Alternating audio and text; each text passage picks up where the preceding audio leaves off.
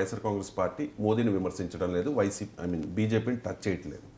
అంటే బహుశా బీజేపీ చంద్రబాబు నాయుడు హామీల్ని అంగీకరించలేదని వాళ్ళ అభిప్రాయం అయి ఉండాలి. ఎందుకంటే మేనిఫెస్టో కూడా బీజేపీ టచ్ చేయలేదు కదా. సూపర్ 6 మాకు సంబంధమే లేదు అన్న సంబంధాన్ని వాళ్ళు ఓన్ చేసుకోలేదు. కానీ మీరు అన్న దాంట్లో పాయింట్ ఏంటి అంటే వైసీపీ ఈ టెక్నికాలిటీ వల్ల బీజేపీని విమర్శించడం లేదనుకుంటే పొరపాటు. ఈ టెక్నికాలిటీ ఉండొచ్చు.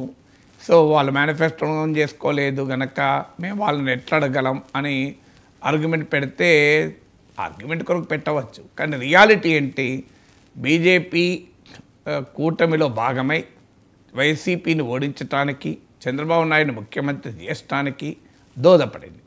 అందువల్ల కూటమి అన్నప్పుడు బీజేపీ లేకుండా కూటమి లేదు. ఆ కూటమి పేరే నేషనల్ డెమోక్రటిక్ అలయన్స్, ఎన్డీఏ.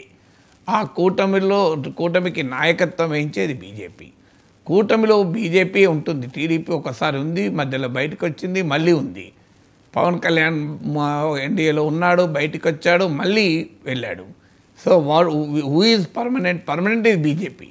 ఇప్పుడు మీరు ఎన్డీఏ కూటమి పాలన ఏడాది పైన విమర్శిస్తున్నప్పుడు ఆ కూటమికి నాయకత్వం వహిస్తున్న ఆ కూటమిలో శాశ్వతమైన పార్టీ భారతీయ జనతా పార్టీ.